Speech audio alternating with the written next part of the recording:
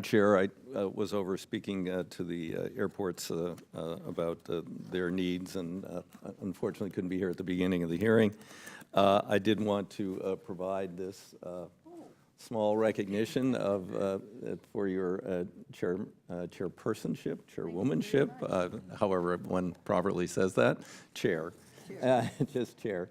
And, you know, I feel very strongly about the federal government's role in this. I was a county commissioner when my two largest cities, Eugene and Springfield, I live in Springfield for years, couldn't agree on even putting their waste together. But when I got on the county, we finally formed a metropolitan wastewater district. And we built out a system that has served us well, and the population has just about doubled in the time period since I was a commissioner, and we're still not at capacity, but we were able to do that because we got a massive infusion of funds from the federal government. We got an 80-20 share. We put up 20, they put up 80. And then in the rates, we put in the rates basically an additional charge, but the rates were very affordable to build a capital fund to replace the system when it wears out. So, I mean, it was a great investment by the federal government, and other communities certainly need that partnership. I think we've had some great examples. I really like the, just unfortunately only came into here in New Jersey and didn't hear the others, but the idea of building your new system to be resilient, self-sufficient in terms of energy, you know, those are really great points.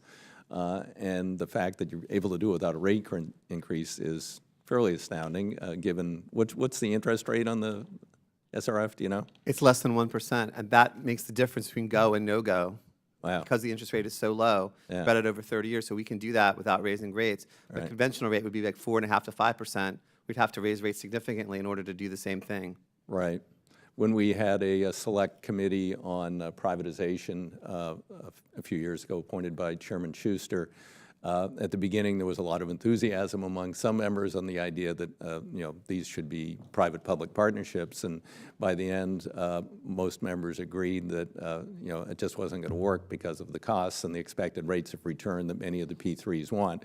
There is no one who's going to lend you money at less than 1% in the private sector. I mean, they're looking at very high rates of return. So I want to thank the chairwoman for convening the hearing.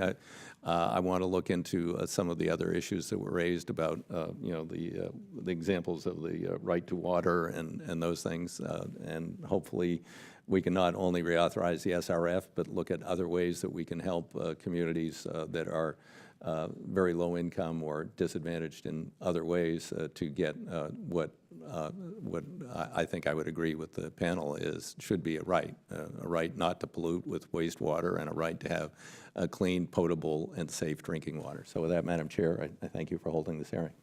Thank you, Mr. DeFazio. You going to and I display agree your with you. gift? There. Got my name on it. Thank you. Yeah.